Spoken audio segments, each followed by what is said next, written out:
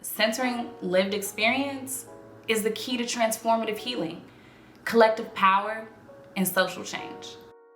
We must reshape centering lived experience so they can be the driving force for change today, tomorrow, and for the future.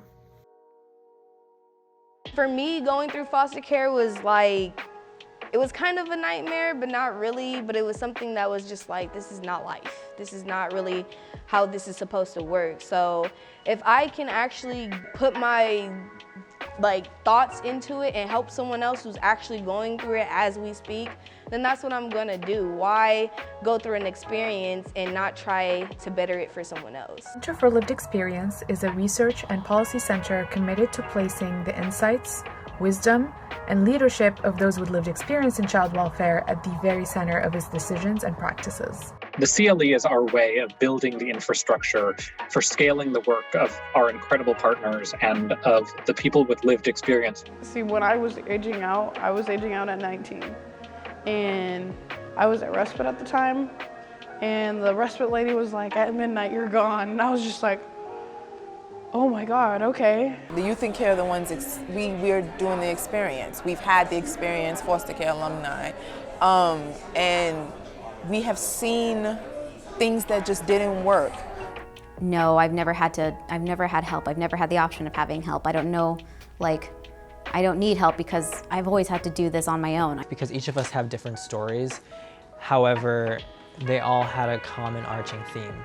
Is about turning all of that into policy and practice in ways that center lived experience at every single step of the process. Yeah, no, I'm extremely excited because I feel like this could have been done, and the fact that maybe I'll get to do it and maybe I'll get to help and maybe I'll get to hash out these ideas and maybe I'll get to see someone use it one day.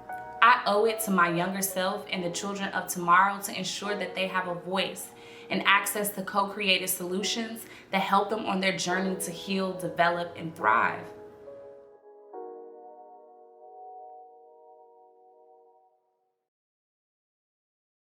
Most importantly, I want to congratulate each of you because you passed the first challenge, which is the invitation said urban chic or business casual.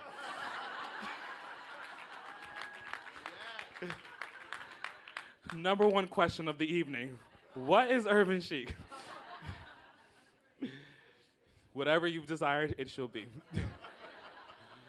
But up, we want to go ahead and introduce our next speaker, which is going to be Emily. And Emily is the Associate Director at the White House Office of Public Engagement. And let me tell you, we have been able to engage with this office and connect with so many of the different offices inside the White House for one purpose, which is to center lived experience and many of the decisions that the administration has been making. So with that being said, we'll have you come up.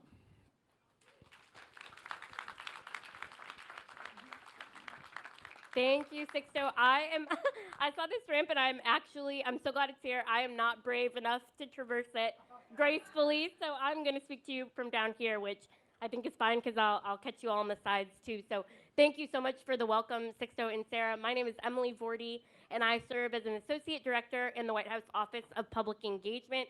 I specifically work with people with disabilities and K-12 educators, but I've had the fortunate privilege to work with Think of Us alongside my colleague Hannah, who manages our youth and mental health portfolios. So it is an absolute honor to be here tonight to answer your initial call. Sixto, I think this is definitely, what did you say, business casual, not urban chic, my straight out of work outfit. So, but regardless, I'm glad to be here. So my sole purpose tonight is to introduce our next speaker, who is my boss, Cedric Richmond. Congressman Cedric Richmond serves as the Senior Advisor to the President and Director of the White House Office of Public Engagement. The Congressman has served as the National Co-Chairman of the Biden-Harris campaign and Co-Chair of the Biden-Harris Transition Team. From 2011 to 2021, Richmond represented Louisiana's 2nd Congressional District in the United States House of Representatives. During his time in Congress, Richmond served on the House Ways and Means Committee, the House Committee on Homeland Security, and the House Committees on the Judiciary. He was the House Democratic Assistant to the Majority Whip, a member of the New Democratic Coalition, Chairman of the Congressional Black Caucus, and most recently, chairman of the Congressional Black Caucus Foundation. Richmond led the enactment of landmark criminal justice reform legislation and fought to ensure Louisianians were prepared for emergencies and able to rebuild after natural disasters through his oversight of the Federal Emergency Management Agency, FEMA, on the House Committee on Homeland Security, where he chaired the subcommittee on cybersecurity, infrastructure protection, and innovation. Born and raised in New Orleans, Richmond is a graduate of Morehouse College and Tulane University School of Law, where he was inducted into the Hall of Fame. He is so disappointed that he could not be here tonight and sends his best regards, but he will be joining us on video, and I'm so thrilled to welcome him here virtually tonight. So thank you all. Look forward to the rest of the program. Thank you, Sixto and Sarah, for your leadership and service of those who have experienced or who are actively experiencing foster care. My name is Cedric Richmond, and I serve as the Director of the White House Office of Public Engagement and a Senior Advisor to President Joe Biden. It's an honor to be with you this evening to celebrate the official launch of the Center for Lived Experience. The Biden-Harris administration is committed to ensuring that youth in foster care have the support and resources that they need to thrive. Our commitment is driven by the knowledge that America's foster care system disproportionately fails Black and Native American children, LGBTQ youth, and children with disabilities. And the COVID-19 pandemic has further exacerbated these inequities. To improve our foster care system, the President has proposed a significant funding increase and a package of reforms to expand prevention service so more children can remain safely in their own homes. For children who need to be placed into foster care, our proposal provides states with incentives to place more children with relatives or adults with whom they are emotionally bonded when appropriate. It will also increase resources for youth who are aging out of foster care. In addition, we'll have competitive grant opportunities available for states to advance racial equity, services, and outcomes in our child welfare system. Our proposal would also help more low and moderate income families afford the cost of adoption and legal guardianship of children who would otherwise be in foster care. In the Office of Public Engagement, we firmly believe in the expertise that comes from lived experiences. Policy is sharpened when we center the voices of those most intimately familiar with the subject matter, those who can provide context and nuance to the conversation. Through regular communication with the Office of Public Engagement, Think of Us has played an invaluable role in helping this administration to create better outcomes for children and for families. In fact, I met Sixto during our very first week in the White House. The Center for Lived Experience launch is a powerful moment that will build on and complement the work being done by pioneering organizations across the ecosystem to center lived experience. The center will harness technology and data solutions to further center young people in decision-making, building closer proximity between policymakers and lived experience experts. The launch is a collective movement of young people, government officials, and subject matter experts working together towards a common cause, supporting those in foster care and their families as they heal, as they develop, and as they thrive. Congratulations to all who made this moment a reality. And now I'll turn it back over to you, Sixto. Thank you.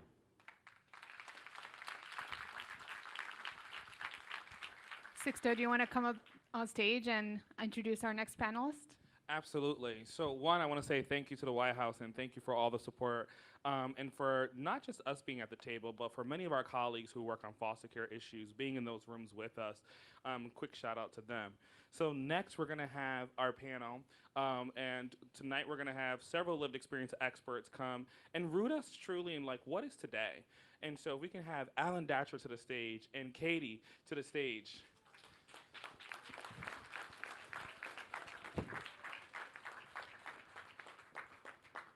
I stole the wrong mic.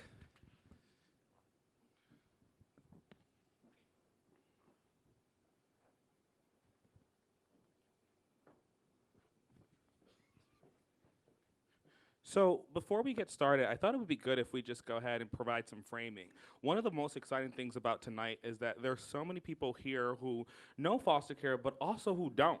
And so we have some new friends in the room, and so I just thought I would give just a quick little overview of a little bit about foster care. And first, I'll introduce ourselves. So we're Think of Us, and we're a research and design lab. And what we're focused on is true transformation in the child welfare system. How is it that we just don't tweak around the edges, but that we truly figure out how do you move this system to really be enabling folks to heal, develop, and truly be positioned to thrive.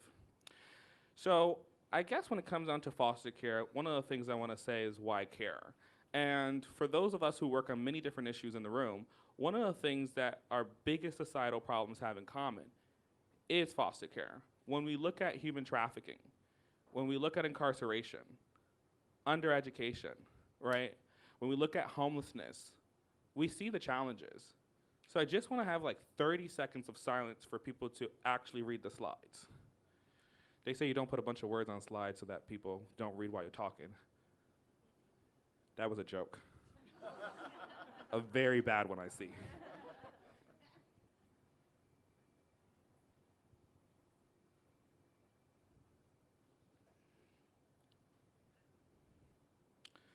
So I want to start off by inviting Katie into the space, right? Here's what we know about right now, what we know today. 7 million children are involved in a child abuse investigation a year. And when we look at who gets disproportionately affected, it's families of color. 53% of all black families will experience a child abuse investigation. And the question is, what are some of those type of experiences? What happens in that process? And so, Katie, I want to invite you into the space and thank you and Alan for really allowing us to be rooted in the reality of what these experiences are, and I'll pass it to you.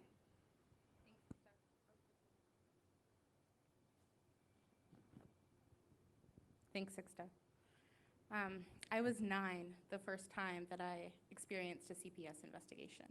My dad had recently gotten custody of me and my younger sister after my mom took him to court for a child support type of thing.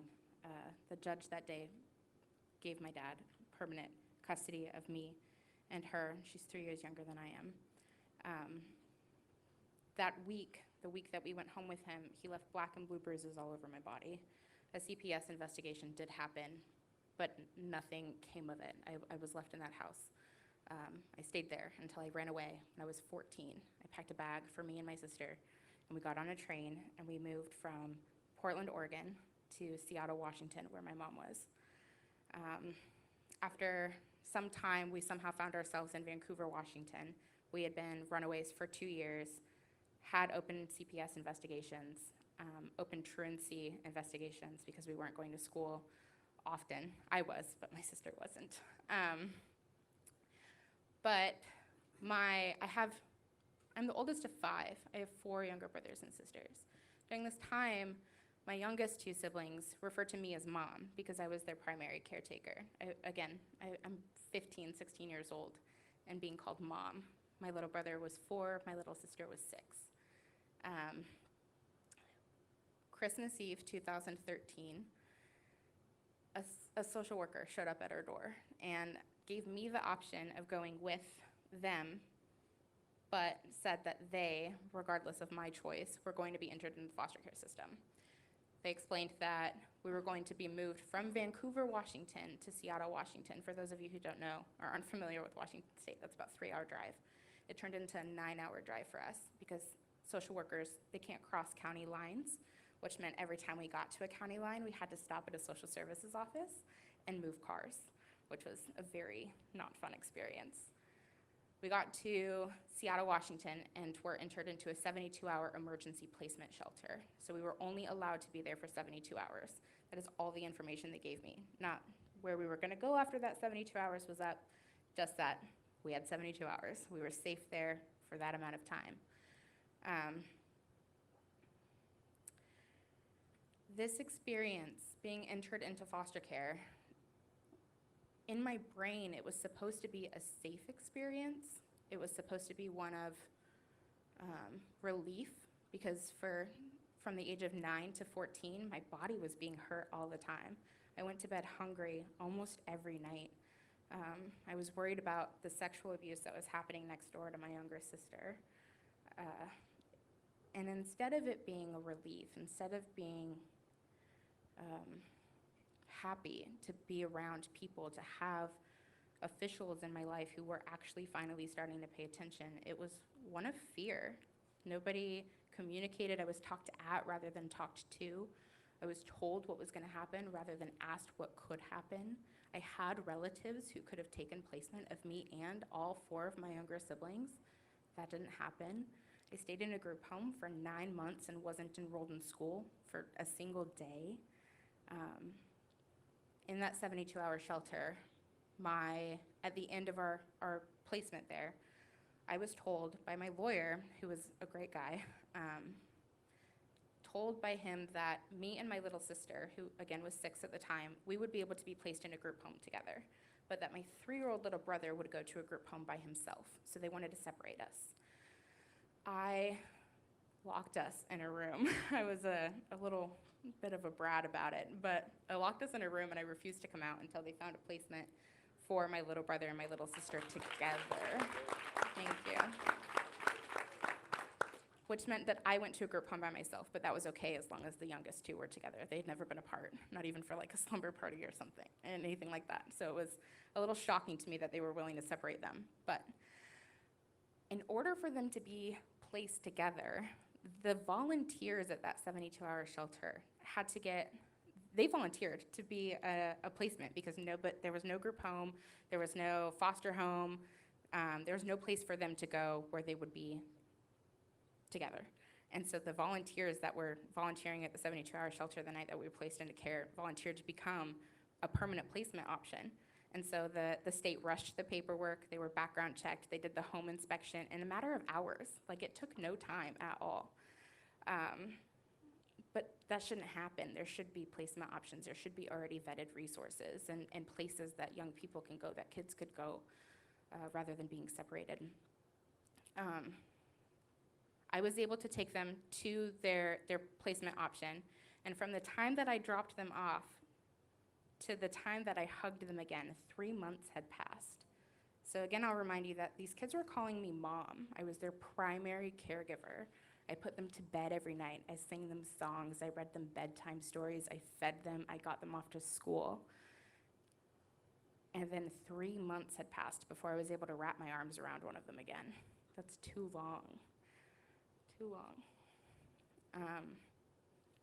To this day, I feel the effects of my entrance into foster care, the experiences that I had while in foster care.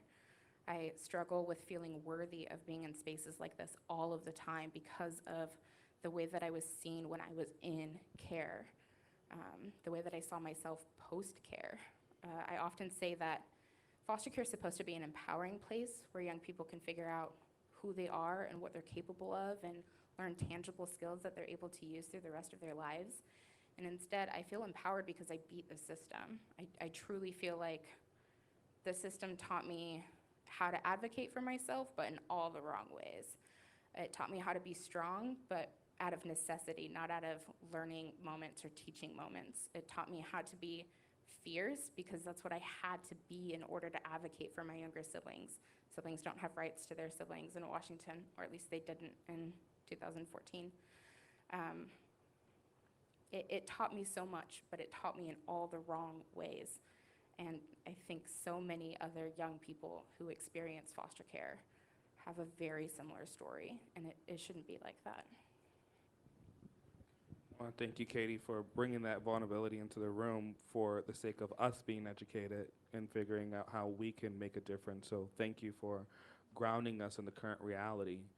And the question is like, how do we move from investigations that start this way to actually families getting the intervention that they need?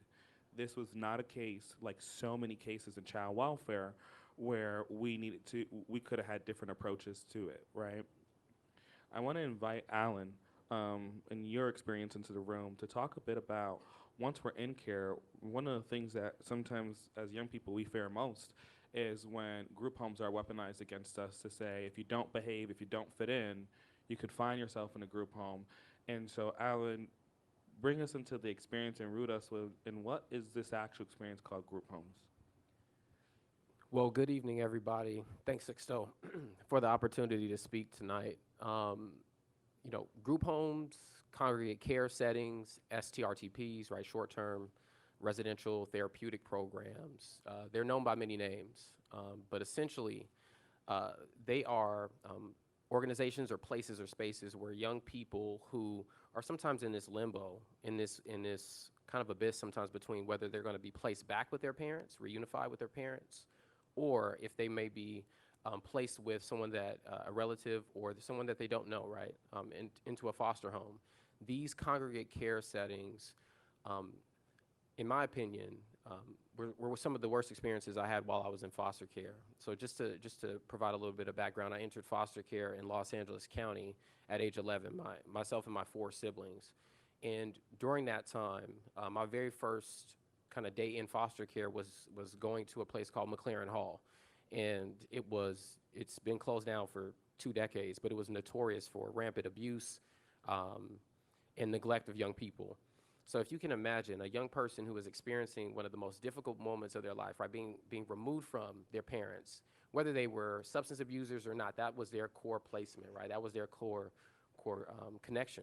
Being removed out of that and then placed into a setting that is even more traumatizing.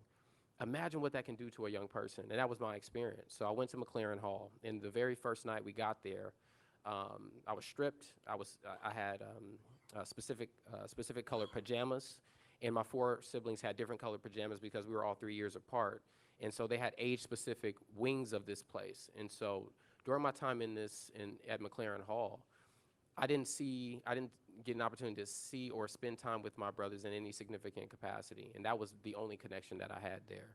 The only time that I would see them was in passing between lunch or dinner. And I remember just thinking, what did I do to be here? Both of my parents, unfortunately, struggled with substance abuse. And if we can just talk a little bit about how these young people are getting into these places and spaces, right? We have to back up because all of these foster youth, right, the 400,000 that are currently in the system and the thousands and thousands that have gone through the system, they're connected to families, they're connected to communities, and many times there's poverty, there is mental health, substance abuse, and other issues that are at play that are the reason why they enter that front door, which we call foster care, or enter that front door into a congregate care setting. So essentially, you know, after leaving that place, gratefully I was placed with my oldest sister. After leaving that place, I still remember the sights, the smells, what I experienced there. And I always try to tell this story, Sixto, about the day that I found out I was leaving, that my sister finally was able to become my guardian. And I remember being in our room, which felt like a cell, right? It was a bunk. And I remember telling my bunkmate that I was finally going home. And I remember in that conversation, I'm just like, I can't wait to get out of here. You know, I'm excited. And in speaking with that young man, he said, you know, that's great for you, but I'm never getting out of here. No one's coming for me, right? And I just remember, again, as an 11-year-old kid, feeling like I've never felt that level of despair from anyone. That kid was suffering. And so if we can talk about how the hell do we allow this to happen to our young people? How do we allow this to happen to these families, right? And what then must we do as folks with good conscience, as government representatives or partners, in order to disrupt that level of trauma and suffering for these young people? I think about him often. I think about that young man. I don't know where he is or what became of his story, but I do know that despair, that trauma is still being felt by so many young people today. And that's part of the reason why I still do the work that I'm doing, and why I think that the Center for Lived Experience will really help crystallize how to disrupt these levels of trauma happening to our young people. Alan, I want to thank you so much for bringing us there and for also bringing the stories of people that we won't hear from. So many times there are young people who have certain experiences that some of us get chosen to be on stage, right? After a while, we know how to maneuver a bit, we get a bit of training, and then we're brought to these moments. And there's so many folks like my younger brother who won't be able to get his story out, and those of us who will, have the privilege of being able to speak to audiences, that especially those who are in position of power, we can go ahead and bring them into the room. And so I just want to thank you for that. So one of the things I'm really excited to think about is how do we move the system from, federal support for these type of institutions to more funding that holistically is rooted in prevention, and holistically is looking at what is the continuum of mental health care sometimes that is needed to be able to actually address some of the traumas that exist. I think the last topic here I want us to root us in today is around kinship care. Today, about 33% of children in foster care are placed with family or someone that they know, kin, right? And of those, less than 20% actually get the adequate financial supports that foster parents get for it. So we won't, if grandma, uncle, aunt takes you in, which is kinship, we won't go ahead in many states provide the same supports that we provide foster parents unless we make you go through the same thing, the same licensing process, the same hoops and hurdles, the same barriers that foster parents go through. And to actually tell you how much there's a bigger problem with kin, which is not just about resources, but it's about our culture around families and the way we think about families and the way the system approaches families. We even had one funder, here I'm about to lose a funder,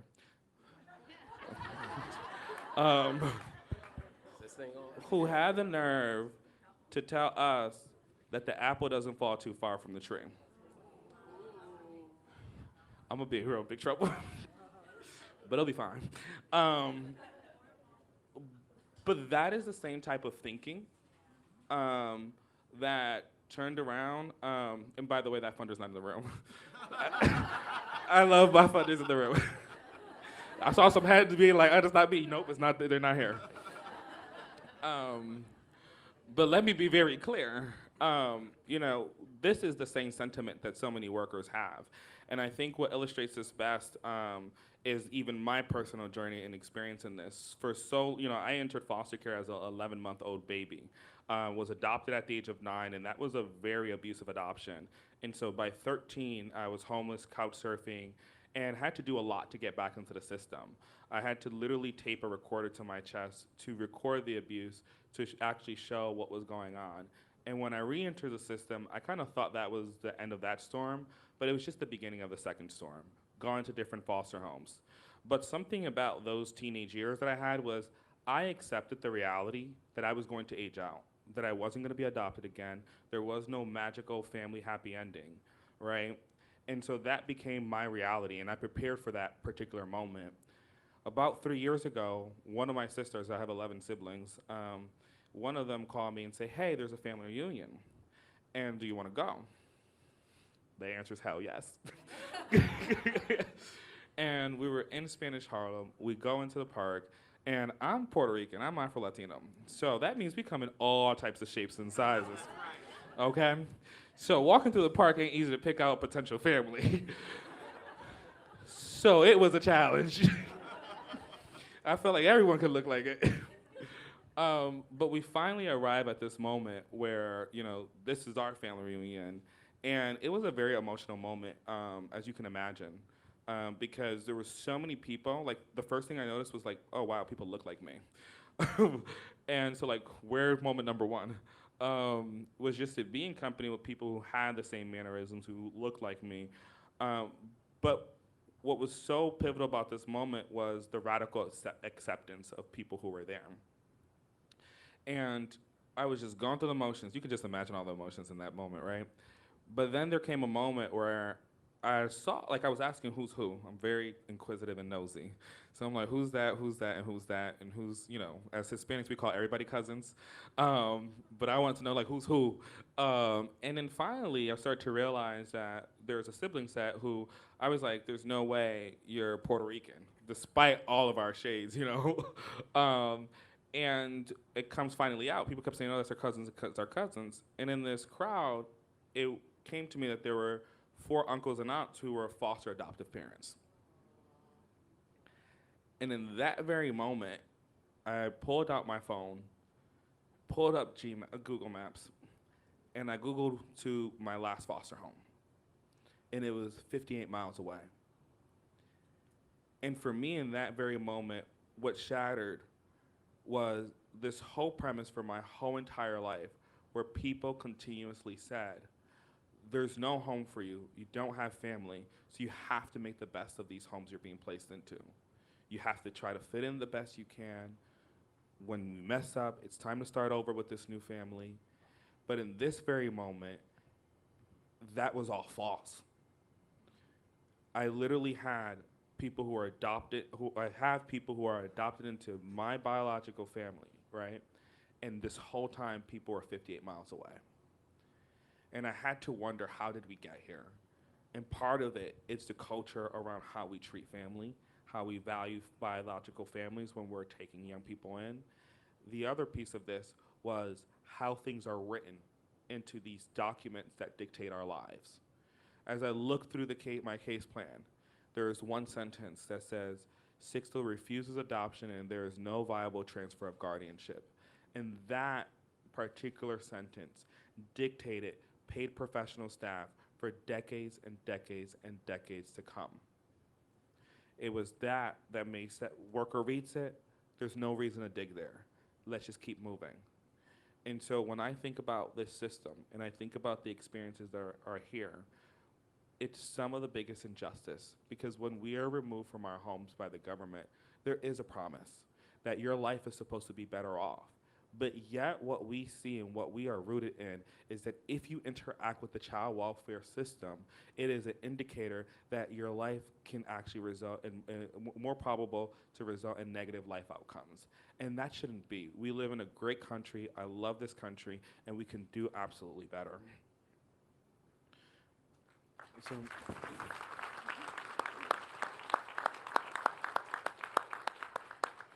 So as we conclude this section, I want to go ahead and just fundamentally say that the problems that we're talking about in this particular system is that we have a wrong design.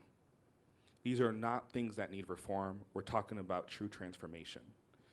And when I'm saying these lyrics, I want to put all political ideology aside, because this room is filled with a very bipartisan audience, and I am super proud of that. And I think it's going to take the best thinking from all sides of, and all different folks who have urban experience, rural experience, all the different folks that this system affects, to really start thinking through what are the true interventions that we need. I want to thank each of you, because putting some of the most painful moments that we experience on stage in order to educate others is not an easy task. And so I want to thank you and want to invite Sarah up to the stage as we transition to quickly talk about the center, because I know we're a little behind, so I'm gonna get on time. But I want to say thank you to each of you for rooting us in the reality of what's actually happening. Thank you.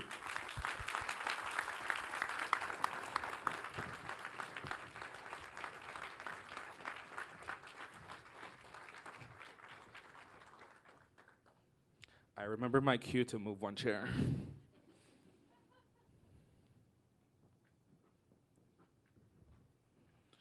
All right. Sorry. I handed the clicker. I remembered. I gave Sixto is to not forget to give me the clicker, and you did. Thank you. So I wanted us to just take a moment and talk a little bit about how the Center for Lived Experience came to be, right? I think at this moment in time, we can all remember when the pandemic started and how everything shifted, right? At the onset of the pandemic, there was just a need to understand where all current and foster youth were at, what their realities were, and what their needs were. And as many folks in the ecosystem, including many of you who are here today, we had to make split-second decisions to figure out what is the kind of support that we can deploy in order to help these young people navigate the new reality that was constantly shifting. And we realized that a lot of people were making decisions without necessarily having the kind of evidence that they needed to make really evidence-based and informed decisions. And so we made a call. We deployed a microcash grant, which basically was our attempt to gather data to understand the realities of young people across the nation, and at the same time, disperse grants to hopefully contribute to supporting their material needs. And 27,000 people responded to that call. And all of a sudden, we had data from 27,000 current and former foster youth across the nation that we shared with state and federal agencies, with administrations, with state leads, with youth boards, so that it could inform the work that they were doing and the much needed pandemic relief support that they were providing. And I'm not using the clicker as I was supposed to, so. Oops. You can see on screen the kind of data that we collected and how it could basically be sliced down into county level, which is really something that was important in order to make sure that all of the support was highly targeted to the people that needed it. But as we navigated this microcash grant and as we navigated this new reality, we learned really 3 important lessons. And we think these 3 elements are really core and crucial to our work. The first one is the importance of building proximity between people with lived experience and policymakers and decision makers. The second lesson is the importance of gathering firsthand insights from people with lived experience. And the third is the importance of mobilizing communities at moments in time that are just critical and crucial. And in learning those lessons, the idea of the Center for Lived Experience came to be, and the 3 pillars that are supporting the work of the Center for Lived Experience are direct representations of those lessons. The first pillar is our participatory research pillar. The second pillar is our community building pillar. And the third pillar is our proximate policy pillar. What I would say was so significant about that moment also I add is, one, we had extreme learning lessons. So nothing first time and new comes without some learning lessons, right? And some of you smile because you know what I'm talking about. But 2, it's that something magical happened after that, which is once that evidence was delivered to folks in Congress, to folks in the federal agencies, action happened because they were willing to take bold, straightforward action because they had the data, they had the confidence. And what that graph represented was that there's always been an argument, is the system really broken, right? For some folks who will be bold enough to tell us that it's not. But the reality is that when we see tens and thousands of stories, and it's the same story, whether it be urban, whether it be rural, whether it be a red state, whether it be a blue state, what we're seeing is nationwide, these are trends of how young people are suffering as a result of the way that the system is designed and structured. And so we fundamentally need a redesign of this actual system. We fundamentally need to be tackling the architecture of the actual center and to reimagine how is it that we can actually serve young people and families before they have to come into the system, but if they have to be in the system, how is it that they get the support that they actually need, and that we are not creating more trauma for the individuals that we're supposed to be in service of. And so the center is stand up, and we are going to run hard and fast at this very moment. I feel like we are living in this window of opportunity. This is a very small window where I feel like people are willing to try something new. We all had a collective experience, foster care or not. I think we all found out government can get on our nerves through this pandemic, can it not?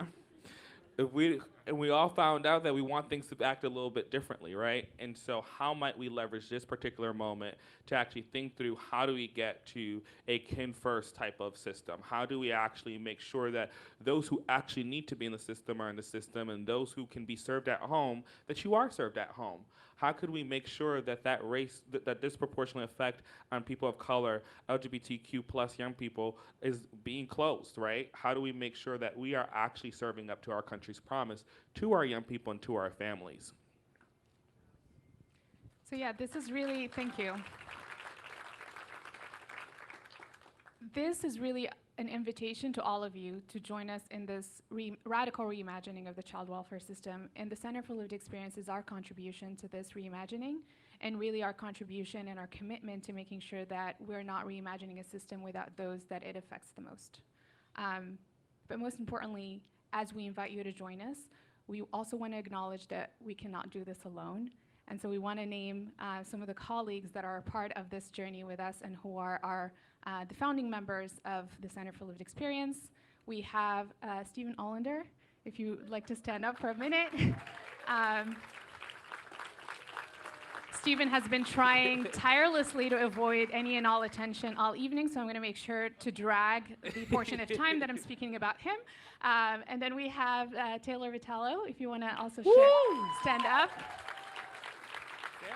who clearly has a lot of fans in the room. That's very exciting. And we also have Chantel Steve, whom I cannot spot with my arms. Oh, there we go.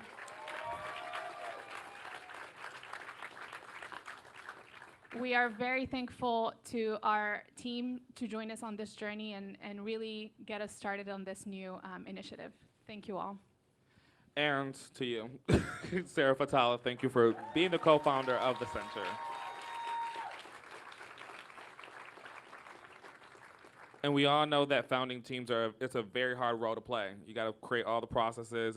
It's not as easy as just walking into your role. So I just want to thank each and every single one of you for playing this role. And now I would love to invite Sandra Gassis Gonzalez to the stage. And then leave your mic. Who will introduce our next panelist. Sandra was a founding team board member of Think of Us, and she also is the VP at Any Casey, but I'll let her introduce herself. Good evening, everyone. How's everyone doing? All right, let's give it up to Sixto and all of the fabulous Think of Us staff who how can we give you all attention? By show of hand, where are the Think of Us staff? Or stand up. Stand up, because you all are the driving force behind this change. Let's give it up to them. Awesome. All right, well, let's get this party started with federal government, former federal government people. I'd like to bring to the stage Rafael Lopez, Jerry Milner, and Ju Chang. All right, so we are going to have a lively discussion tonight about the federal government. So let's see how that goes. You know, I thought about doing some long intros about these fabulous leaders, but we have Google, so you can Google them, and you can read all about them. And just read about their fabulous accomplishments. And really what I want to say about them is that I have had the honor of working with each and every one of them in their respective administration. And I think it's very powerful, and it speaks a lot about Think of Us and the Center for Lived Experience, that we have a bipartisan panel up here ready to talk about why the Center for Lived Experience is important and the impact that Think of Us has already had, the journey that they've been on to really make a difference in this country. So I'm not going to brag about all the fabulous things you all have done, because you already know you're fabulous. But I do want to just go down the road a little bit, because it has been a journey. And the journey really started in the Obama administration, where Rafael Lopez he had a fancy title. I can't remember them all. But nonetheless, Rafael was working very closely with Think of Us around technology. For those of you who don't know, child welfare tends to be a very antiquated system. There is, I mean, in a lot of places, you still use paper and pencil to actually do log notes. And Rafael was trying to spearhead how to marry technology with the human interaction. And that was really one of the things that you were focused on with Think of Us. And you'll hear more about that from Rafael. And then God blessed us with Jerry Milner in the Trump administration as one of the Health and Human Services leaders. And I don't say that I don't say that lightly. We were blessed to have Jerry Milner join us during that administration. And Jerry was really focused on prevention. So you heard Sixto and the team talk about how prevention and really finding what families need when they need it so that they don't have to interact with the system is really what this redesign needs to be about. Jerry really championed that. And you got to do that in the middle of a pandemic, at the start of the pandemic on top of that. So you'll hear from him about how some of that work went.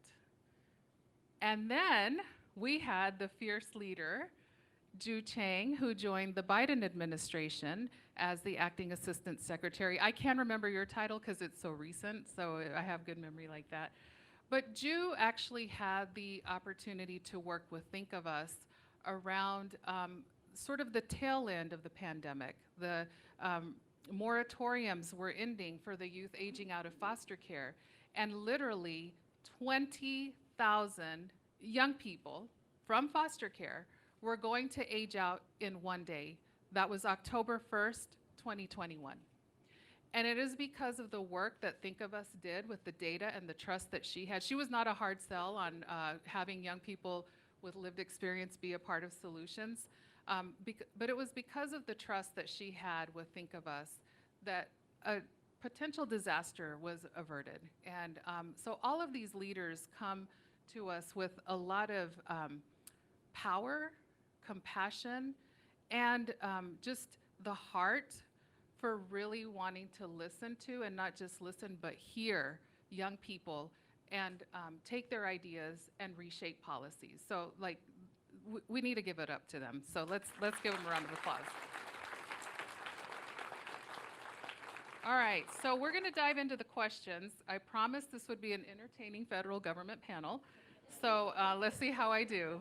Okay, so I'm gonna go down with Obama, Trump, Biden, okay? I'm sorry, Jerry. It's all good, it's all good. You feel the love in here, right? So talk to us, Raphael, you first. How did engaging young people help push your work forward?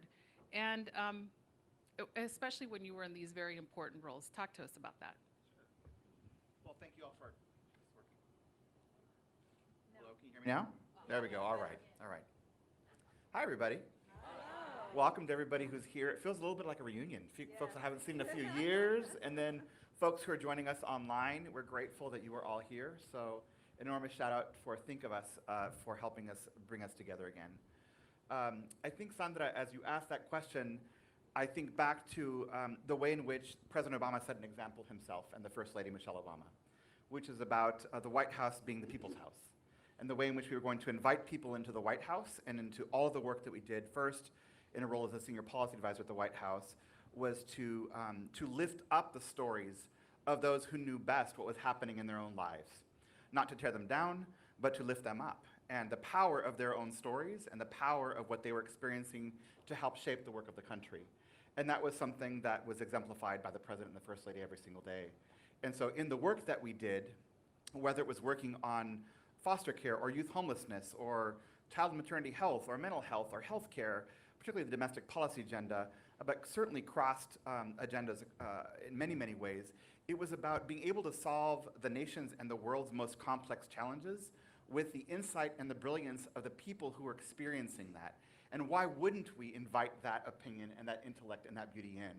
So one of the things I thought about as I was listening to the lived experience panel was talk about having to shift the way in which we look at young people and the way in which we look at families who struggle.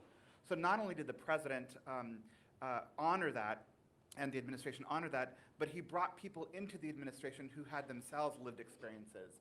And I am proudly one of those people. So for those families and those children and those families who struggled to make ends meet, who struggled with poverty or who struggled with alcohol abuse or substance use disorders or mental health or domestic violence or all the various matters which lended to why families get torn apart into foster care, it was about honoring them as well and bringing them to the fore. So the way in which we did the work was very much about bringing those champions of change to the fore, right? The Obama-Biden administration was deliberate about that.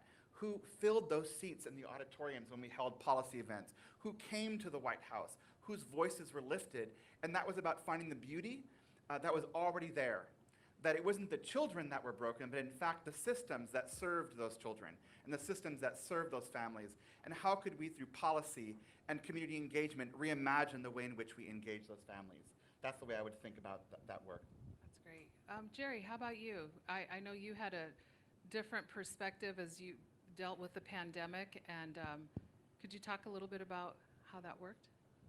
We're going to talk about how the voices of youth actually impacted the work, and I feel incredibly proud is not the right word, but gratified that we had the opportunity to be impacted by so many people who have lived expertise in the child welfare system, parents who have struggled and suffered at the hands of the profession that has been mine for over 4 decades now. Young people who have similar stories of the two that you just had the opportunity to hear a little while earlier.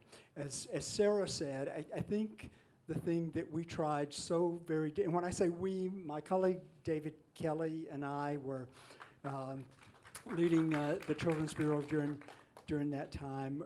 We created the opportunity for proximity, Sarah, for people who have lived expertise, to create accessibility and to create open channels of communication. And when you hear those kind of stories that you all, so many of you have maybe just heard something like that tonight, we heard those stories in almost all 50 states over the 3.5 years that we were there, and deeply moved by every one of those stories, parents, young adults alike. To this day, there is not a 2 or 3 day period that passes in my life, and I've been away from this job for about 1.5 years now, that I don't get a call from some young adult who is in foster care out there just to talk, just to say, this is on my mind, this to say, I'm struggling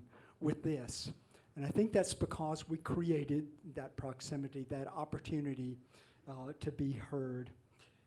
It gave us the opportunity to always consider the decisions that we were making and the impact that it would have on those people that we know by name. We know them by their stories and by their experiences. Even when, for those of you who haven't been in a government-appointed position, you don't always have the opportunity to control the agenda. You don't always have the opportunity to control the outcomes, but you can sure as hell know what you need to advocate for and why you need to be advocating for it and for whom you need to be advocating for it. The part of that impact also, Sandra, was that it pushed us to consider how can we get something done in one of the most complicated, cumbersome, outdated systems that you can absolutely imagine, when simple changes require changes in the law or changes in regulations, and the automatic response is, oh, well, that'll take 4 years to do that. Well, I don't have 4 years. I got to get something done right now. When you know people and you know their stories, you feel a sense of accountability for them to do something much faster. So it inspired us to take a lot of risk that might not normally be in my character to do, but knowing that you had to do something. One of the prime examples was trying to give voice to young people in the foster care system and to parents in the child welfare system through legal representation, which, using federal dollars, sacred federal dollars, to pay for lawyers to represent parents and children. If we'd waited on the traditional process, I can guarantee you we still would not have that today. We figured out a way just to change the policy and duck our heads and suffer the consequences of that later. 2 other young people from the CCAI, and I know we've got a couple of folks from CCAI here tonight, came to us and said, we need you to do something about providing concrete supports to kinship care providers. And so, instead of trying to figure out a way to pass a new law or a new regulation, we found a way to change a policy and act on that. So it's the acting on what they told us. There's so many people that come into roles like this that speak about the value they place on people with lived expertise, but it's acting on what they tell us that makes a difference, and that's the impact for me. That's right. Thank you, Jerry. Ju, share with us. Thank you, Sandra. Well, congratulations, Sixto and team. Thank you for the invitation to join you. I want to actually, in listening to the last panel, I decided I'm going to just shift a little bit what I was planning to talk about, because Sixto talked about how our system has to fundamentally transform, right? Tinkering around the edges is not enough. My former mentor at CDF used to say, trying to like change like little policies here and there is like reordering the deck chairs while the Titanic is sinking, right? Really about the need for transformation. I want to think about that, and I want to, I guess, challenge all of us to think about where are we uniquely situated today to work with the Center for Lived Experience in truly demanding a transformation of our system. And one of the reasons I want to do that is because of the experience I had as a leader in Michigan's child welfare system. And the young person whose lived experience impacts me even to this day, who I think about nearly every day, is a young man named Cornelius Frederick. Cornelius was 16 years old when I first met him. He had come into the foster care system at the age of 12 after a really tragic death of his mother, who, you know, as a young child, he found his mother. She had died. There were terrible incidents of abuse with his stepfather. He ended up coming into our system. He and his siblings were initially placed with relatives, but they were not given supports, probably because they didn't qualify for licensure at the time. And they ended up back in the foster care system. Cornelius did.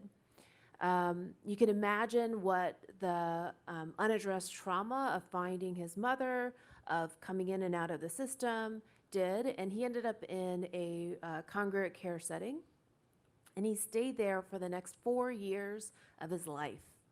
And he ended up dying in that congregate care setting when he was restrained by 9 adults for simply throwing a sandwich at another young person in the cafeteria. And this is why I say to you that even the most well-meaning people who want to make small changes here or there is simply not enough. We have to listen to Alan and to Katie and to Sixto and to Cornelius, who tell us that we have to fundamentally transform the system that we have so it is worthy of the children that we say we want to help. And I can't thank Sixto enough for having the courage and being innovative enough to say it's not enough to look at the problem, but to actually do things like participatory research. It was Sixto's work in getting money out to young people during the first years of the pandemic that allowed him to gather information about young people across the entire country, so that when Congress, and I'm so grateful to all of the staffers who are in the room, because you are the reason we have transformational legislation in our hands. We've got FFBSA, yep. We had Division X during the pandemic relief. And that allowed people like Sixto to say, how is this helping you? And when you came back to us and said, is that all they needed? We could say to Sixto, is that all they needed? And he could tell us no, but he could tell us in data-informed ways. And so, you know, we're just conduits between young people, the folks on the front line who are doing, you know, yeoman's work and trying their best with broken pieces, and we're asking them to move the deck chairs around, right? And we've got to stop doing that. And I believe that the people in this room, if we are to join forces with Sixto, we can actually see a new system that fulfills that promise. Thanks, Ju. And I'm going to stay right there with you. And I think we have an opportunity in this room, right? Clearly, the three of you understand what it means to engage young people and really take action based on what they say. There's a room full of people here that may not have that same know-how. So how, based on what you know, like based on your experience that you have had, talk to us about some of the barriers that you encountered that maybe prevented you from being to truly center lived experience in your policy making or in your day-to-day operations, because we have congressional members here that may or may not know how to do that. And just talk to us about those barriers and then how you overcame that and what goal were you trying to accomplish? And Ju, I'm gonna stay right there because you were flowing. Okay. You know, I would encourage you all to go to your communities and spend time with the young people, the foster parents, the kinship, the workers on the front line. Powerful to go on a ride along with an investigator. The first house that we went to the file right before we walked in the door, and I realized she just left our system 2 years ago, and now we're investigating her as a parent, right? And when we walked in the door, she burst into tears when we told her who we were, because she loved her kids and she didn't want to lose them, and she knew what foster care did to her, right? And seeing that, talking to young people, I also remember going to a parenting center for teen moms in our system. And when I read about the program, it sounded amazing. And so I said, oh, I want to see that. I want to talk to the young people. And they gave me the tour, and it was really pretty, and it was very nice. And then I said, oh, I want to talk to one of the moms. Can she and I just have some alone time? And they looked at me really strange, and they said, well, I don't know, she has time. And I said, well, I think, why don't we ask her? And when I talked to her for an hour, I realized there are so many things that look good on paper but aren't working for the young people that we're trying to serve. And so I would say the first thing is, I think everyone who's in this business means well, but I think we all need to be doing participatory research in the work every day. So I would encourage you to just go out there and visit and talk to people. Thanks, Ju. Jerry, how about you? I feel a ditto, ditto, ditto coming. They didn't teach me how to turn on microphones in the Children's Bureau. When you talk about the barriers, I can boil it down to one word, and it's called values. What we believe. Values drive every single thing in the child welfare system, good, bad, indifferent. For those of you who may know who Dorothy Roberts is, I am finally down to the very last chapter of Torn Apart, how the child welfare system tears apart Black families. And it goes to the heart of how our values in child welfare describe or affect or direct the work that we do every day in the lives of children and parents, like Ju has just mentioned. And she uses your example of your child there in her book. And she also highlights, think of us, and the 27,000 responses that you got in your production away from home as evidence that we can do better by children and families. The biggest barrier that I had was values and what prevailing values were in place at the time. Everybody comes to a position like I had and like the three of us had with an agenda. People above us and people below us come with an agenda too. I came with an agenda. My agenda was social justice and correcting the injustices that I've been able to see firsthand since those days where I was that investigator, going out and investigating parents, most often for what we call neglect, not because of abuse or sexual abuse or many of the horrific stories that populate the news media these days, but simply because parents were unable to provide the basic essentials that their families need. Someone in my line of command, chain of command up, during the time that I was there, said something, he had no idea what the impact was on me. He said, you know, somebody's out there trying to promote social justice from a government position.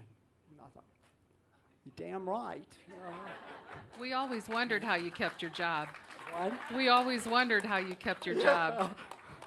Largely by keeping quiet.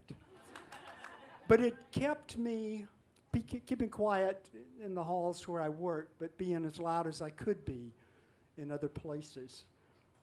You know, a huge regret that I have that was a barrier that I could not overcome. I would have elevated the needs of LGBTQ plus children, youth in the foster care system.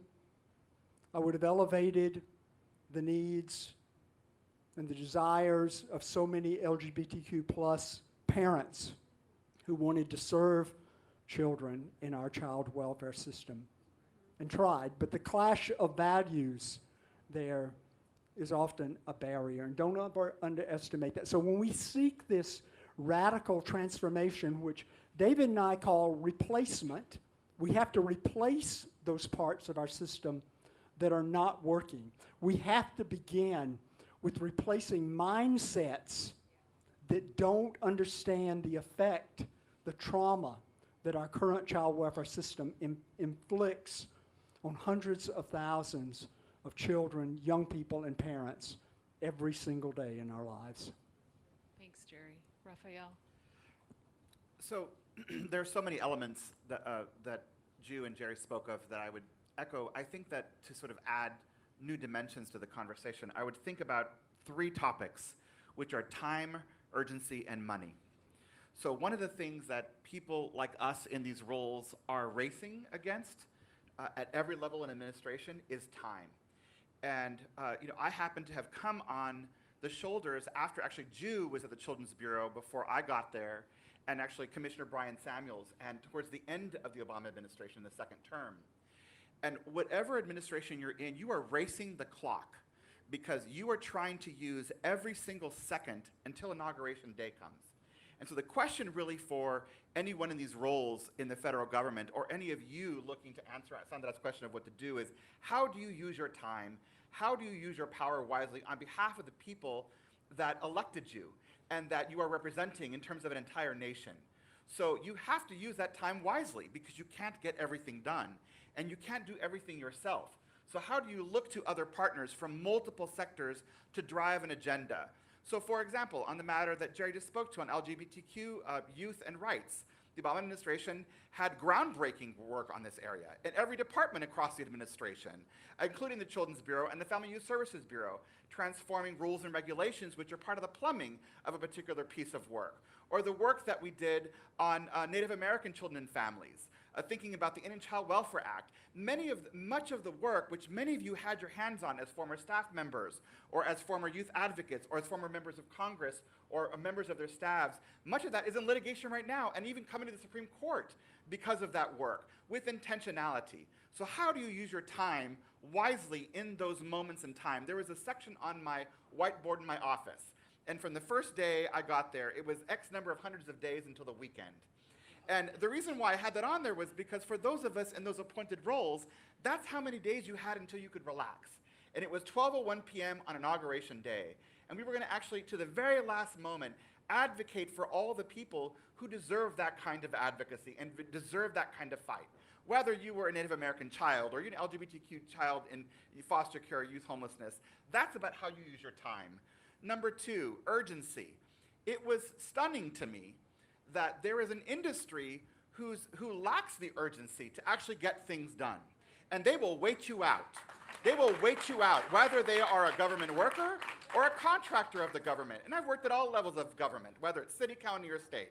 So let's be clear about people who will wait you out and not act with the urgency or the fierceness that our young people deserve at every step of the way. And not only will they wait you out, they will put actual obstacles in the way to ensure that you fail.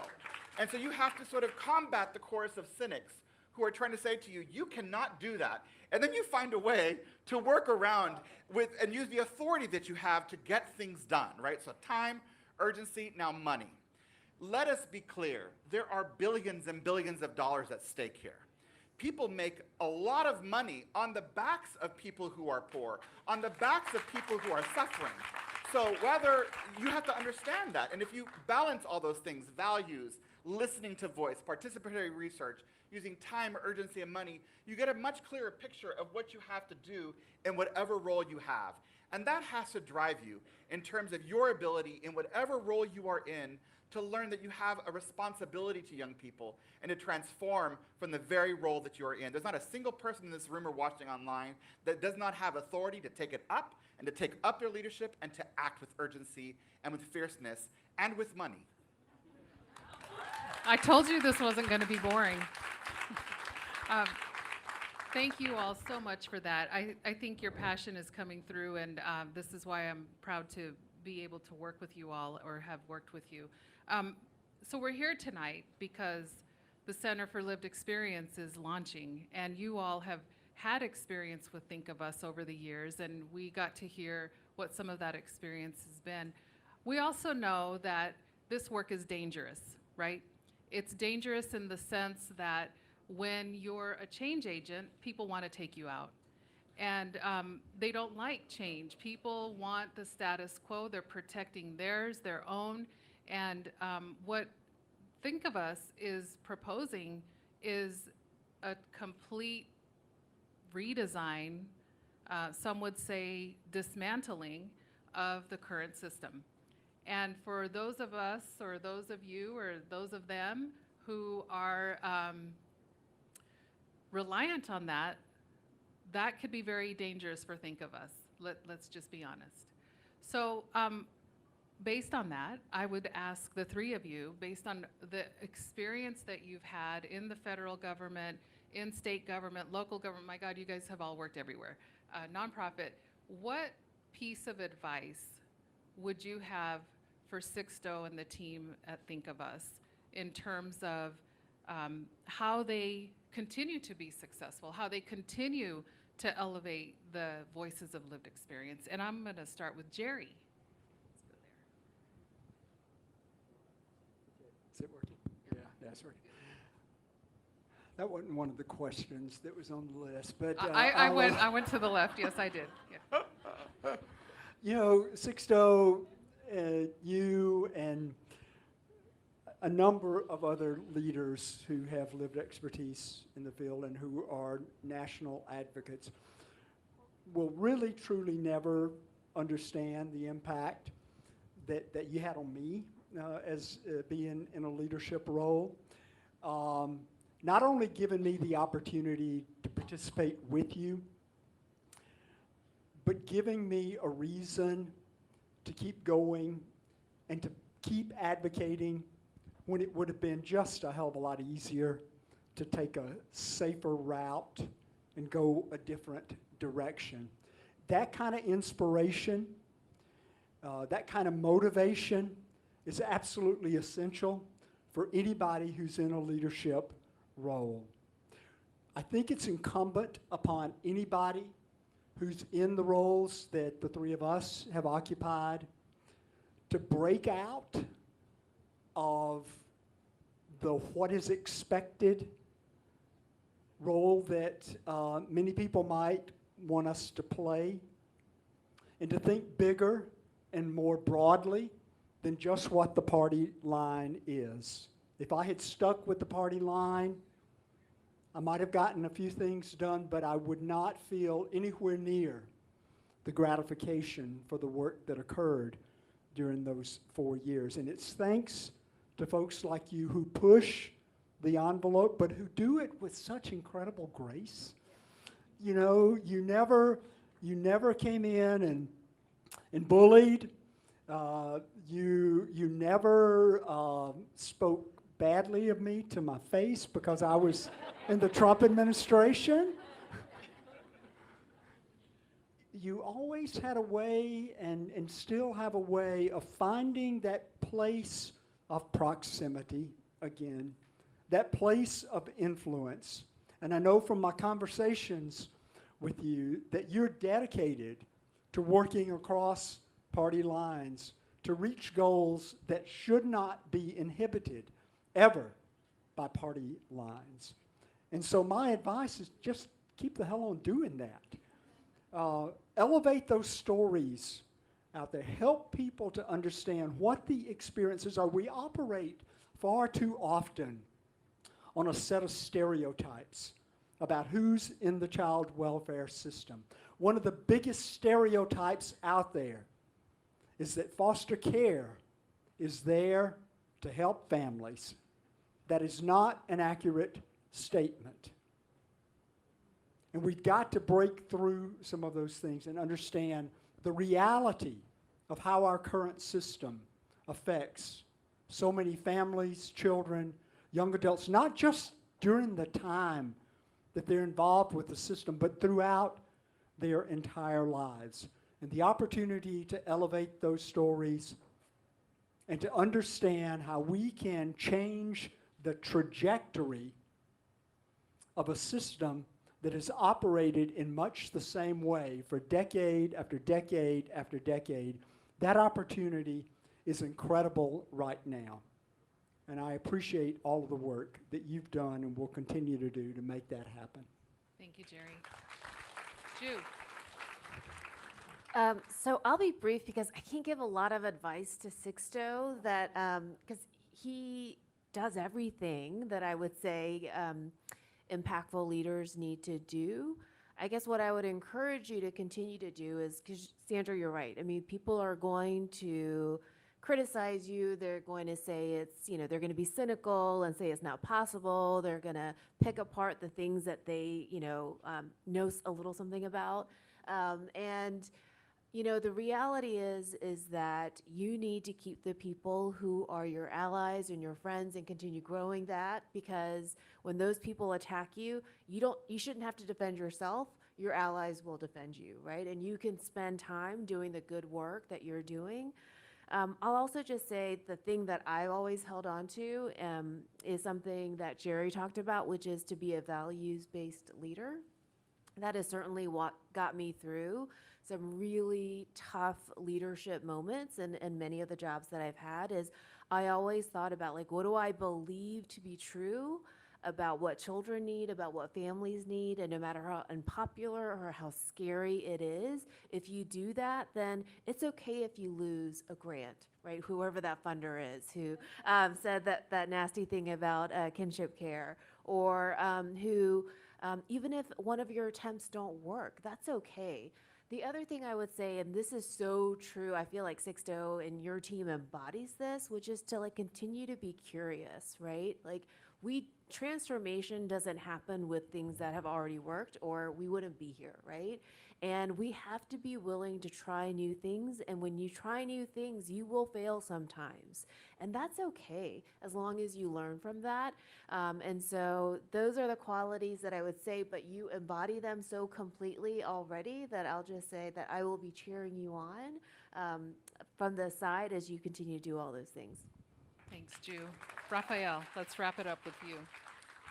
So I think that Sixto would say that of our own private conversations, that he will hear a lot of what I'm about to say to the group, which is that, first of all, when I think about the words of President Obama at his farewell address right before he left office, he said that he asked the country not to believe in his ability to bring about change, but in yours. And that if we are waiting around for leaders to change things, that change will never come, because we are the change that we seek, right? Think of us as the change that we seek. Sixto is the change that we seek, but most importantly, Sixto isn't unto himself. It is an entire army of staff, of partners, of funders, of friends, of allies, because no one person can get this work done. Why? Because it is fighting an institution that will survive. No one person can make those changes by themselves.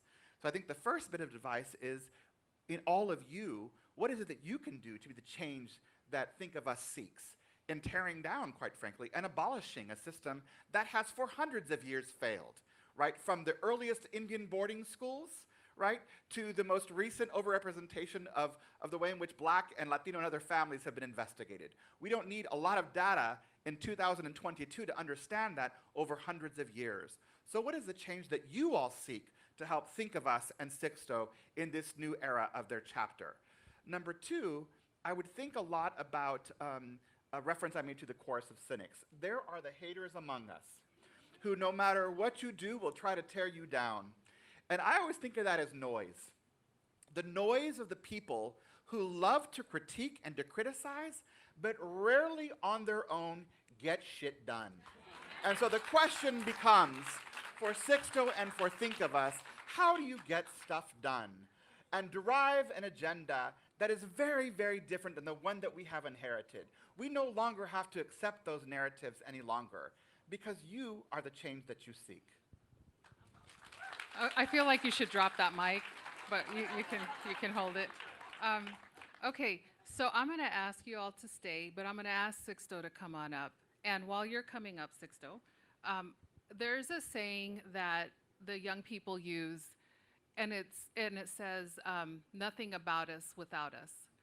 And that is something that I want to thank this panel for, because every single day that I saw you in your roles, you embodied the value of nothing about us without us. And I think that the Center for Lived Experience and Think of Us will make sure that that continues. And I also want to say one last thing before Sixto, I don't want to forget this part. Sixto is actually very humble. And one of the things that he and I often talk about is how he is really proud of the fact that there are a lot of people who came before him, other organizations that came before him that allowed him and his team to really open up some of these doors that haven't been opened before, with congressional members, with a lot of you in this room, with the White House. And he doesn't take that lightly. And I think that we should congratulate Sixto and Think of Us for really understanding inclusivity and making sure that all the voices of all the organizations are brought to the table, not just the Center for Lived Experience. So congratulations, Sixto. And I'm gonna go ahead and put you on the spot. You've been taking in a lot of information, a lot of advice from, I know, 3 people that you respect and admire. So just reflect back to us. What are you processing? Speak from the heart.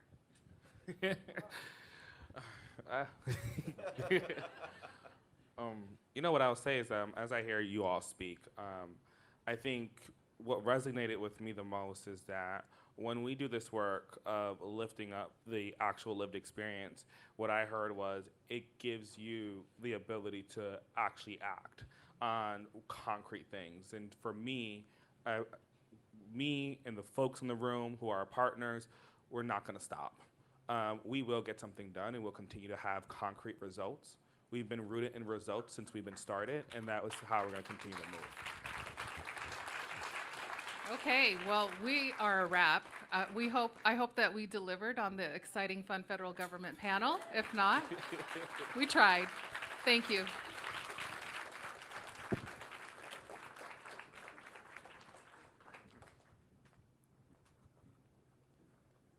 Alrighty, we're not going to keep you too much longer, but I want to get to this next section. This section is important to me, which is you've heard a little bit about us, you've heard a little bit about the center, and like Sandra said, I mean, so many glass ceilings have been broken.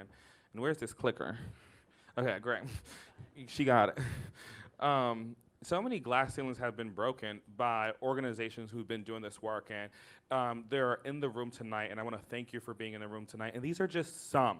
This is where I get in trouble because I didn't have enough slides to make it super inclusive, but I wanted to go ahead and just highlight some of the folks as a Annie E. Casey Foundation, Jim Casey Youth Opportunity Initiative Fellow. I know it's a very long statement. You know, I learned so much about what it meant to center lived experience as that 18-year-old when I was being trained, right?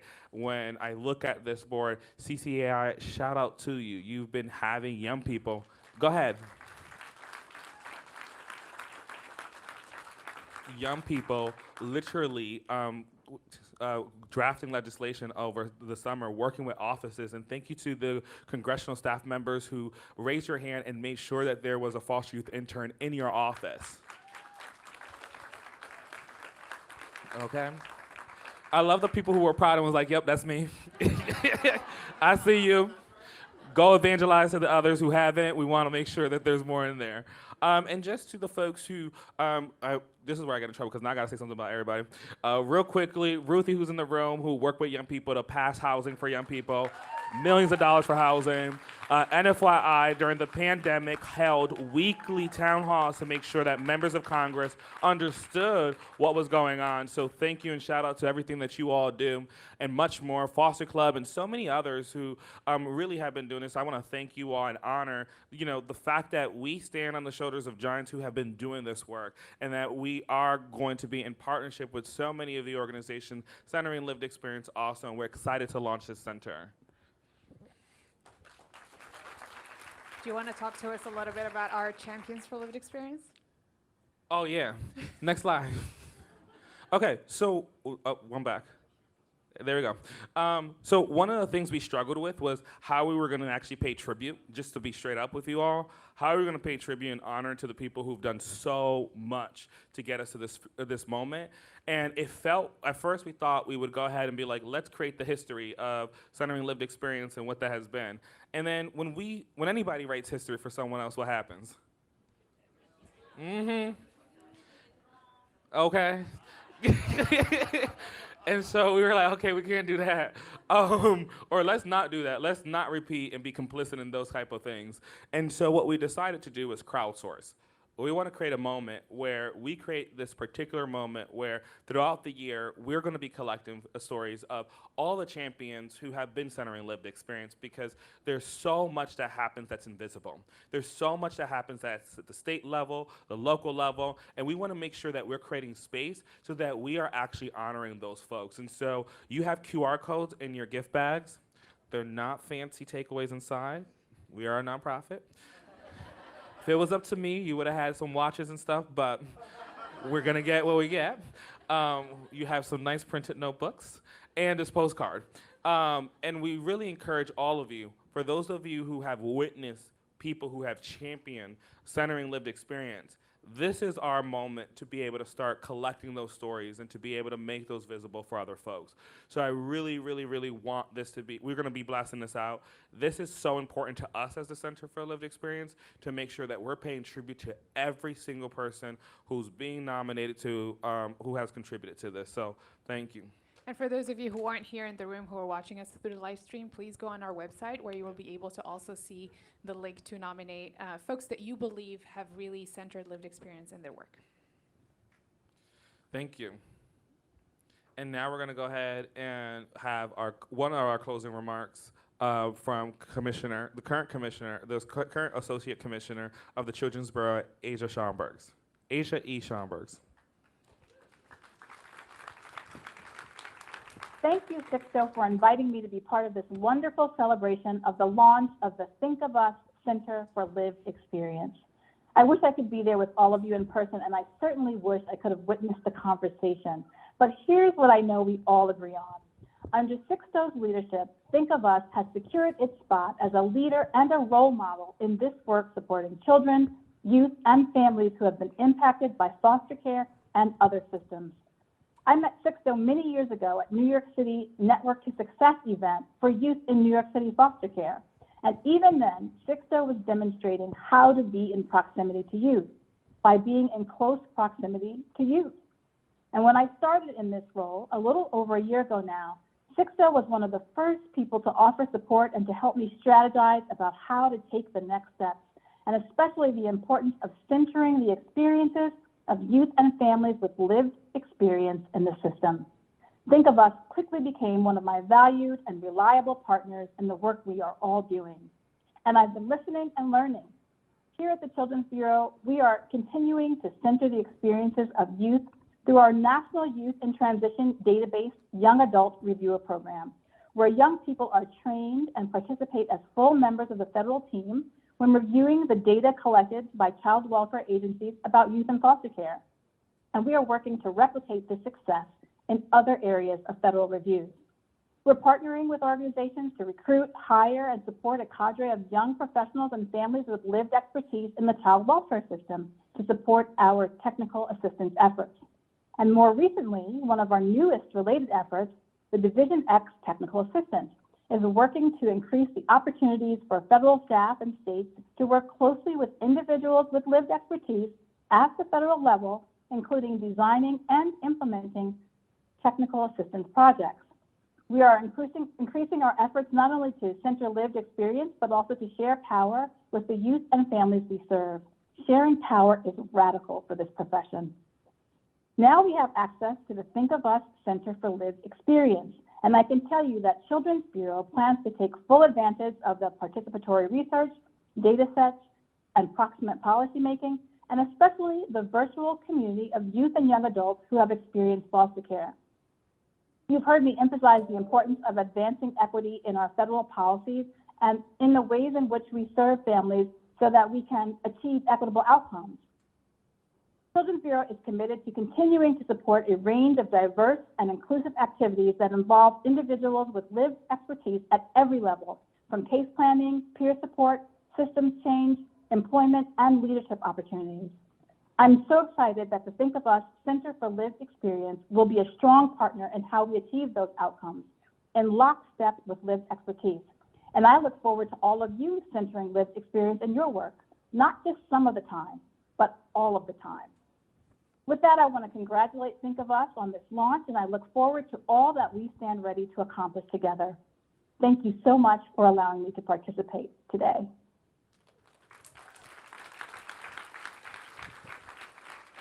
So I want to thank Asia. She wished she could be here tonight, but if there was one reason to miss this launch, it's because you're in proximity to the people on the ground. So she is forgiven. You can let her know I said that. Just joking. But she's with people with lived experience, so super shout outs to her and thankful for her. And so now I want to... We're getting to the portion of the night where we have to thank a bunch of people. Do you want to get us started? Yes. I was just making sure. I was like, what I forget? They said 2 MCs is better than 1. Whomever said that did not realize telepathy was not a thing. So I want to thank our anchor investors and folks who made this event possible, made this work possible. Shout out to any Casey Foundation, shout out to the Casey Family Foundation, Aviv Foundation, Doris Duke Charitable Foundation, Conrad and Hilton Foundation, Stardust, Schmidt Futures, Watrous Johnson, Pritzker Foster Care Initiative.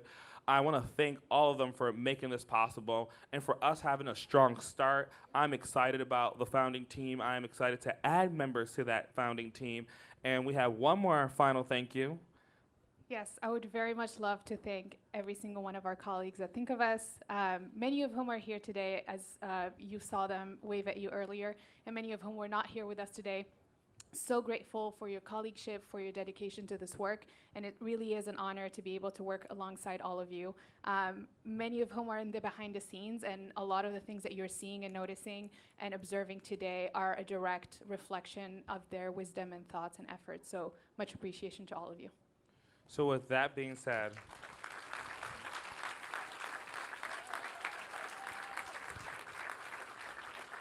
consider this the official launch of the center.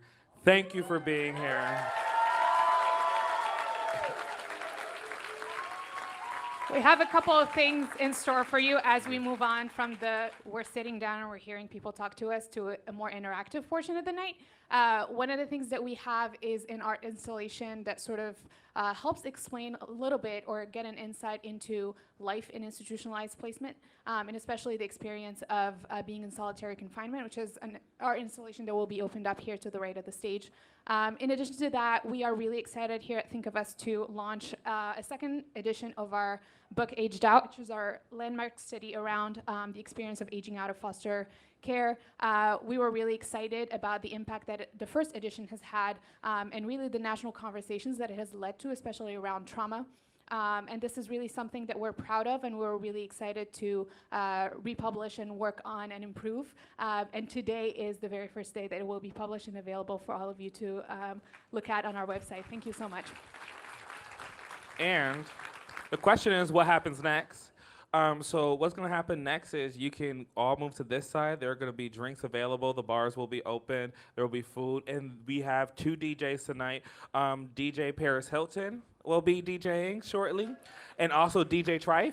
in the corner will also be DJing, and we will have a live band who will be here. So it's been a long pandemic, and we're still there, but we want you to get your dancing shoes on and listen to the music, have fun, network, have great conversations with people. Thank you so much for celebrating with us tonight.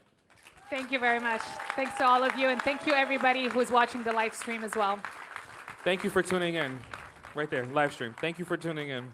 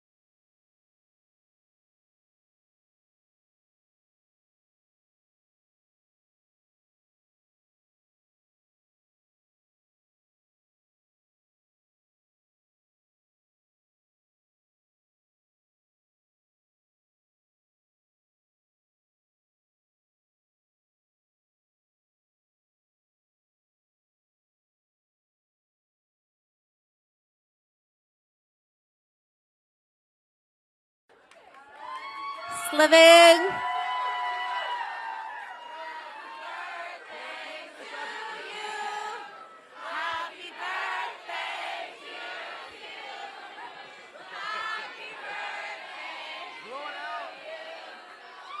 Happy birthday!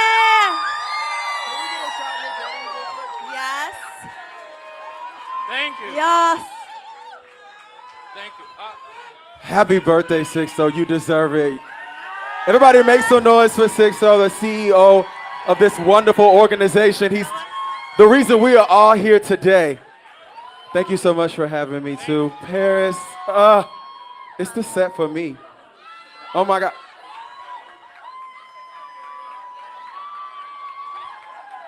Thank you. Yes. It's such a treat. Thank you. I've been walking around Capitol Hill everywhere in these shoes. My feet hurt so bad. If you want to come out of them, you can. So I'm happy that I was able to slip around the stage for you guys. Let's go, let's go, let's go. Yes, I love you all. Paris, can you stay up for like one song with us? You want to do one song with us? One song. Okay.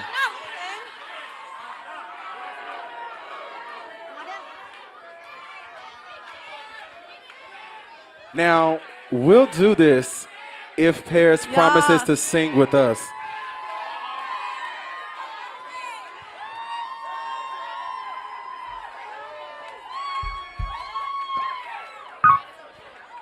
Band, you ready? Everybody just tap in real quick to make sure. Keys, bass, guitar. We ready? Audience, are you ready?